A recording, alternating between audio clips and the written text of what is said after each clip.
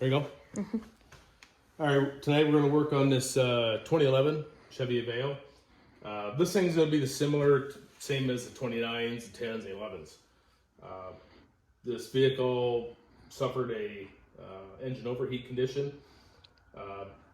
It got so hot to the point that the engine went into limp mode.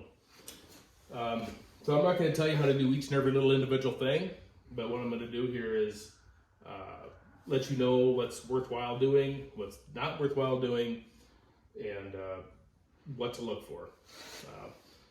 So anyway, with this overheat condition, I know there'll be other videos out there about these little radiator caps. I can't stress enough how important these little things are. They are important. I have a pile of old ones here, and I got these particular ones off of Rock Auto. But what you can see here, what happened on this particular one, is I must have gotten some sort of solvent, or I got something in there, and I basically made this this gasket go crazy, get swelled up. And this is all they are. It's just little poppets in here. One's for vacuum and one's for pressure. So anyway, on that on the overheat condition, I can't stress enough how important these caps are. So secondly, when I went to, I gave the Bars Leak head gasket. This is the professional one. I think I got this on the internet at Amazon for about 25 bucks. This stuff worked perfectly, and the only advice I have to you with this would be, whatever the directions say, obviously follow them, but number one is use half as much first, okay? You can always add more.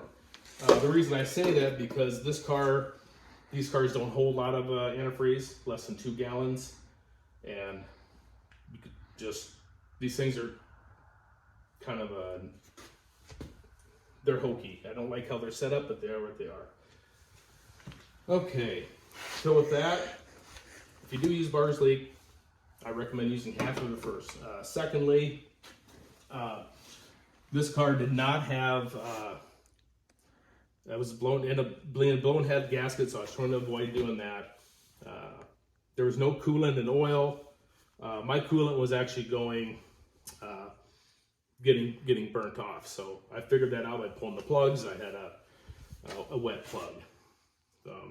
So if you're going to use that stuff, the thermostat is actually what locked up on me, which is right there. This whole assembly. Thermostat locked up on me, and that caused that.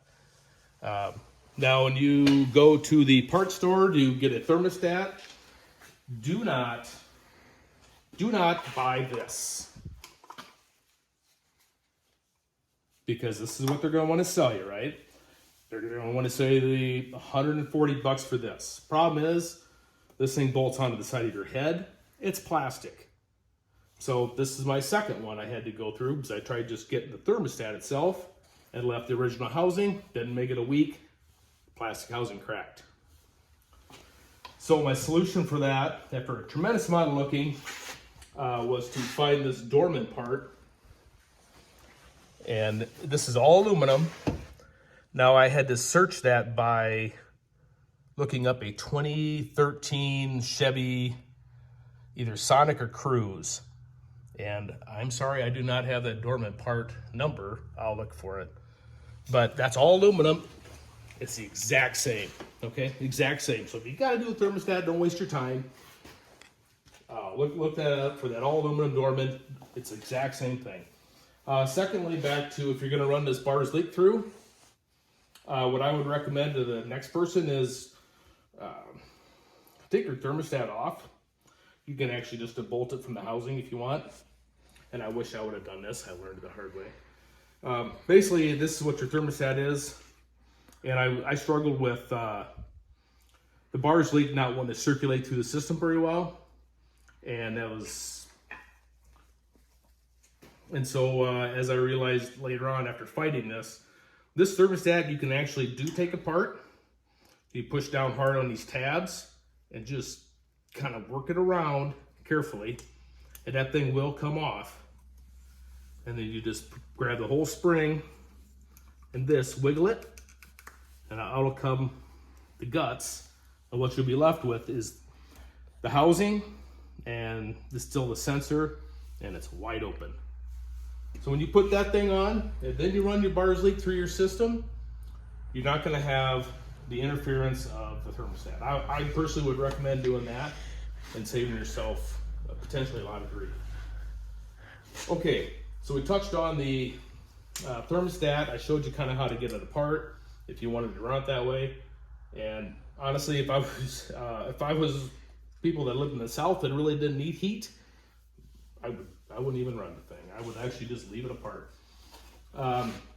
Second thing real quick, touch on, there's a lot of videos out there about how to do the water pump. Okay, I ordered my first water pump off the internet, and this is what I got. As you can see, they're pretty insignificant. There's really not much to them. They don't move much volume.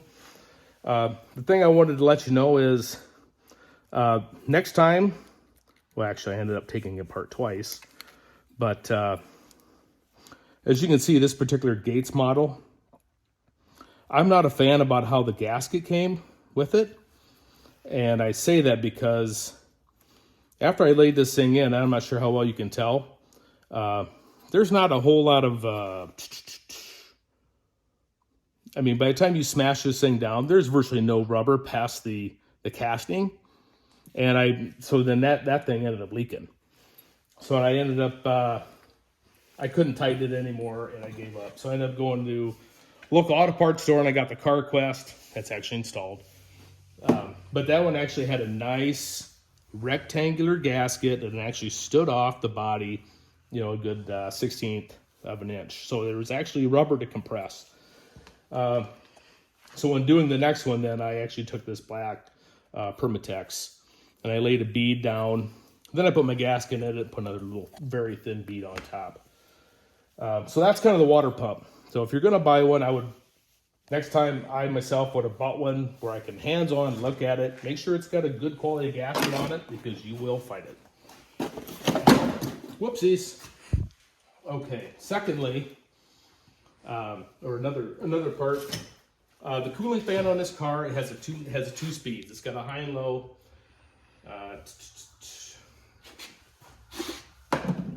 In the fuse box, you're going to find a high and low relay and a fuse for each one also.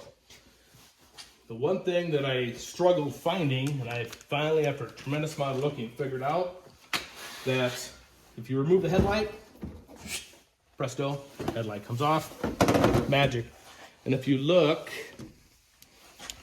that's an old one, right down here, that is the resistor. It's a 6 ohm resistor. Here's actually the old one. I knew it was bad because it's all cracked. Okay, this runs your low side. So your low fan will never ever run if this resistor is bad. I found that one because I was in a hurry at one of the auto parts stores. It's a generic, it's still a 6 ohm. But if you want to get it, I got this one off Rock Auto, and run that GM number, and you can find it on Amazon too. They're like $11. Okay, so you'll find that helpful. So you got to take the headlight off. It's right there. You can't miss it. And one other thing I want to let you know, two other things would be radiator drain on this vehicle. It's difficult to get to. It is on the driver's side, okay, and you cannot access it from the top. I ended up taking my power steering off, and I just flopped it over. But the drain valve is actually, you have to get underneath the car,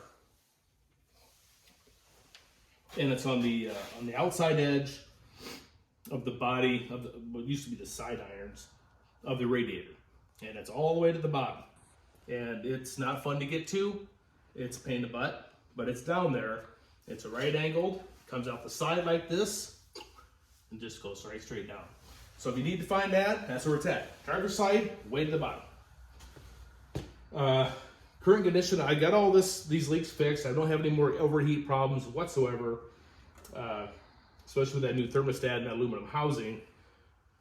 My temp runs right in that 212 to 219 range. I haven't even had to have my fan come on. Another downfall of these plastic housings, that's where the heater hoses go on. You can see. So yeah, after running the bars leak, I had to purge my system because I goofed up. I poured about 2/3 of the bottle in it. It made a mess. Yeah, so that's where I take the thermostat apart if I were to do it again. These are some old caps. I have a whole collection of wonderful parts from this car, and it's awesome. Second condition, which I'm working on right now, is it's 25 degrees out, and if I let this thing sit outside overnight, I have a hard start condition in the mornings. As far as battery's fine, I have good spark, all that. It is just, it cranks over fine. It just crank, and it might sputter for a second or two, and it might take like 3, 4, 5 cycles. And finally it'll catch and it'll go. And so what they're telling me, or what I've read, in which I've got the part on order now, is they're telling me it's in the radiator coolant temperature sensor actually is supposedly supposed to run the cold weather starting for whatever reason. Apparently it doesn't use the ambient air temp sensor from up here. It uses one that's in the bottom of the radiator. And so that is going to be, if you need to find that, that is on the passenger side, way at the bottom. And you won't be able to see it from up top, but just stay right there. I don't know if you can see the white metal down here. Yeah, hold still, I got it. See that white metal?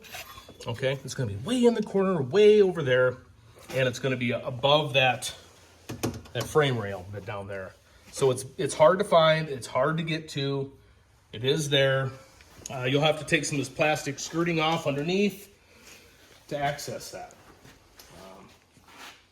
So like I say, if you want to know how to take the water pump off, there's a lot of other videos about that. If you want to know how to do the thermostat, there's a bunch of other videos about that. But if you're going to buy a thermostat, don't waste your time getting the plastic ones. Maybe I have it over here. I have a whole collection of parts. I was looking for the part, but I don't think I have it. But anyway, it was a Dorman part. You'll find that very helpful. So I think I looked it up as a 2013 Chevy Sonic with like a 1.8 in it. So that resistor, fuses, if you have any overheat stuff, so, and the caps. But hope you find that helpful. It's taken me a long time to learn all this stuff the hard way. And yeah, have a great day.